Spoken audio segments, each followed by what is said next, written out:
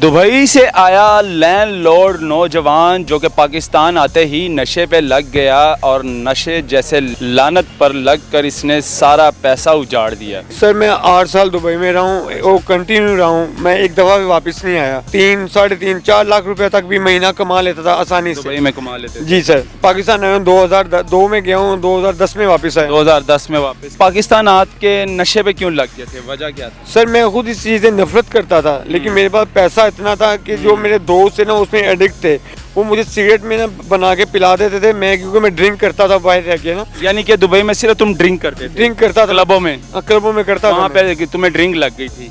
15 दिन के बाद जब मेरे कंधे दर्द होने लग गए ना, तब मुझे पता ये कंधे क्यों दर्द हो रहे हैं। वो कहते ये सिगरेट पिएगा ठीक हो जाएगा। मैं सिगरेट मैंने पिया और ठीक हो गया। तब मुझे पता चला मैं इसमें एडिक्ट हो गया हूँ। ये चीज इस तरह की है कि आदमी के मुंह पे एक दफा लग जाए ना, कब्र तक लेके जाती है। कि जिंदगी में कभी इस नशे को मुंह न लगाएं। अगर इस तरह की गैदरिंग क्या कहते हैं रिश्तेदार और बहन भाई, आप क्या कहते हैं? अपनी बुलाते? सर बुलाना तो दूर की बात है, वो मुझे देखना भी पसंद नहीं करते। यहाँ तक कि मैं अपने ही घर में नहीं जा सकता। तब मैं दुबई में ना अपने बाप को कंधा दे सका हूँ ना माँ को। मैं बदनसीब हूँ। दुबई से आया लैंडलॉर्ड नौजवान जो कि पाकिस्तान आते ही नशे पे लग गया और नशे जैसे लानत पर लगकर इसने सारा पैसा उजाड़ दिया। यानी कि अब दुबई भी नहीं जा सकता दोबारा, और रिश्तेदार बहन भाई इसको घर में घुसने भी नहीं देते। पहले बड़ा प्यार करते थे, जब पैसा होता था, पैसों से भरे अकाउंट होते थे, तब सब रिश्तेदार इनको बुलाते थे हंस मुख से, लेकिन अब इनको मुंह भी नहीं लगाते। बाकी की बात इसके इन्हीं से जानूंगा, बाकी की स्टोरी इन्हीं से जानूंगा। अस्सलाम वालेकुम। वालेकुम सलाम। नाम क्या है आपका? ज़िशान सर। ज़िशान, दुबई से कितना अरसा दुबई में रहे और क्या काम करते थे? सर मैं 8 साल दुबई में रहा हूँ, वो कंटिन्यू रहा हूँ। मैं एक दफ़ा भी वापस नहीं आया। ठीक है। और अल्हम्दुलिल्लाह मैं पाकिस्तानी 3, 3.5, 4 लाख रुपए तक भी महीना कमा लेता था आसानी से। दुबई में कमा लेते थे? जी सर। ठीक हो गया। तो कितना अरसा रहे हो? 4 साल? 8 साल मैं कंटिन्यू रहा हूँ सर। ठीक हो गया। तो पाकिस्तान कब आए हो? सर मैं पाकिस्तान आया हूँ 2002 में गया हूँ, 2010 में वापस आया। 2010 में वापस आए हो? जी। तो पाकिस्तान आके नशे पे क्यों लग गए थे, वजह क्या थी? सर मैं खुद इस चीज़ से नफरत करता था, लेकिन मेरे पास पैसा इतना था कि जो मेरे दोस्त थे ना उसमें एडिक्ट थे, और उनको पता नहीं था। वो मुझे सिगरेट में ना बना के पिला देते थे। मैं क्योंकि मैं ड्रिंक करता था बाहर रह के ना, तो वो ड्रिंक में मुझे ये वाइट का सिगरेट में पिला देते थे। यानी कि दुबई में सिर्फ तुम ड्रिंक करते थे? ड्रिंक करता था क्लबों में? क्लबों में करता था। वहाँ पे कि तुम्हें ड्रिंक लग गई थी? लगी नहीं थी, लेकिन करते थे शौक के, पैसा बहुत था तुम्हारे? पैसा बहुत था इसलिए मैं करता था। ठीक हो गया। तो फिर पाकिस्तान आया तो गैदरिंग में बैठे गलत दोस्तों में पार्टीज वगैरह करते थे? सर पार्टीज करता था, लेकिन उसमें था कि दूसरे लोगों के पास इतने वसाइल नहीं थे और ना इतने पैसा था। मेरे पास अल्हम्दुलिल्लाह 2, 2.5, 3 करोड़ रुपए जो था अपना जाती था। तो जब जिस बंदे पर 2.5, 3 करोड़ हो तो वो यही चाहेंगे ना कि इसके ये सामान लाए, ये बहुत महंगा नशा है, कि ये लाए। और मैं इससे नफरत करता था, उन लोगों से भी नफरत करता था। उन्होंने मुझे फंसाया गया, दोस्तों ने फंसाया गया। यानी मुझे पता नहीं चला। 15 दिन के बाद जब मेरे कंधे दर्द होने लग गए ना, तब मुझे पता ये कंधे क्यों दर्द हो रहे हैं। वो कहते ये सिगरेट पिएगा ठीक हो जाएगा। मैं सिगरेट मैंने पिया और ठीक हो गया। तब मुझे पता चला मैं इसमें एडिक्ट हो गया हूँ। फिर मैं किसी को बताता नहीं था, छुप छुप के जो था करता रहा। माँ बाप जिंदा थे तब? नहीं, तब माँ बाप भी फोत हो गए थे। बहन भाई थे? सिर्फ बहन भाई थे। बहन भाई प्यार करते थे तब? सब प्यार करते थे। 1 साल तक तो जब दुबई से आए थे तब जी प्यार करते थे? 1 साल तक मैं छुप के करता रहा हूँ। ठीक है। जब उसके बाद जब मैंने देखा ना कि मेरे अकाउंट खाली होने शुरू हो गए, भाई यानी गैदरिंग में 50 लड़के हैं तो 50 के 50 मेरे ऊपर थे। दिन में 10, 20, 30, 50 हज़ार रुपये मैं खर्च करता रहा हूँ। उसके बाद जब ना मैंने देखा ना ये काम गलत है, तो मैंने अपने घर वालों को बताया। उन्होंने मेरा इलाज करवाया। इलाज करवाने के बाद मैं भी वापस आया। इलाज किसने करवाया था?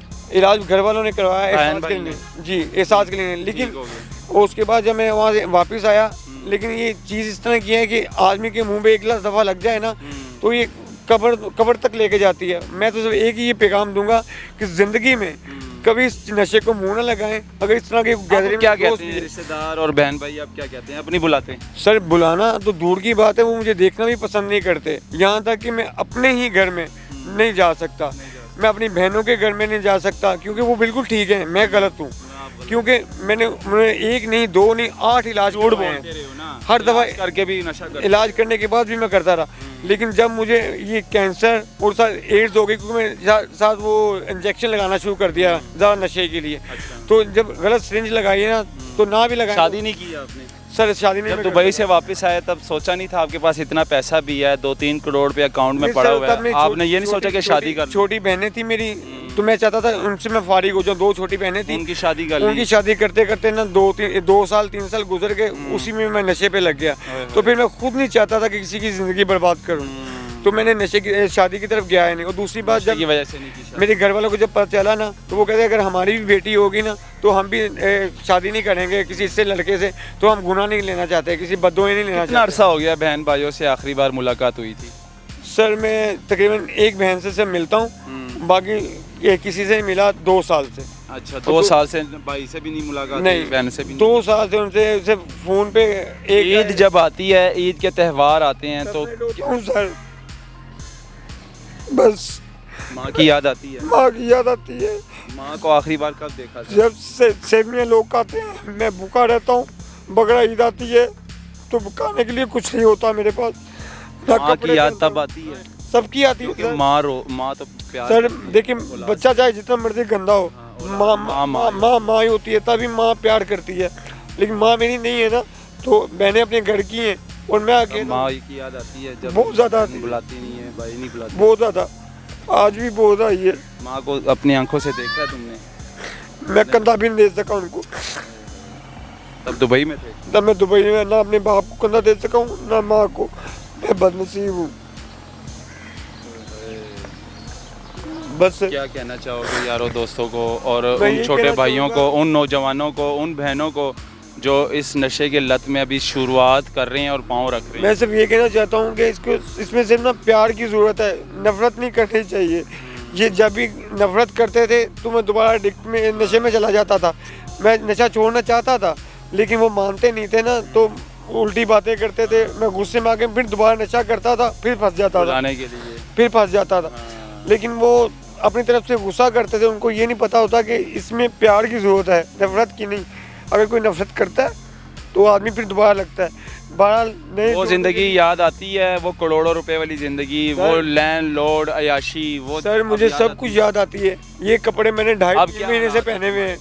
एक करोड़पति के इस टाइम क्या हालात है, ये बताओ अब क्या हालात सर मेरे ये हालात हैं कि मैंने कल से खाना नहीं खाया हुआ और ये 2.5-3 महीने से कपड़े पहने हुए हैं, उतारे नहीं है मैंने।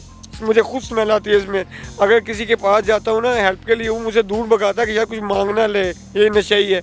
आज मेरे हालात ये हैं, देखें मैंने कभी चप्पल जो होती है ना 2-3 हज़ार से कम नहीं पहनी थी। अपने रिश्तेदारों को 20-20 हज़ार की चप्पल बेचता था बाहर से, आज मैं वो 30 रुपए की चप्पल पहन के घूम रहा हूँ। रिश्तेदार भी नहीं बुलाते थे? कोई नहीं बुलाता मुझे। सब नफरत करते हैं। मैं नफरत क्या करते, मैं खुद ही किसी के सामने नहीं आता, क्योंकि जो मेरी शक्ल बन गई ना अभी, पहले मैं इस तरह का नहीं था। अब अगर आप मेरी पुरानी तस्वीरें देखें, कभी दोबारा इत्तेफाक हुआ तो आपको तस्वीरें दिखाऊंगा, आप खुद देखिएगा कि पहले मैं क्या था। बहन भाइयों को क्या मैसेज देना चाहोगे कि मुझसे गलती हो गई है, ठीक है मुझे माफ़ कर दो, लेकिन मुझे प्यार की ज़रूरत है, मुझे रिश्तों की ज़रूरत है। अभी जब रिश्तों में घुसोगे, घर में घुसोगे, बहन भाइयों से प्यार करोगे तो दोबारा ठीक हो जाओगे, ये मुझे पता है। सर मैं नशा नहीं करता, अभी मैं आपको यही कह रहा हूँ।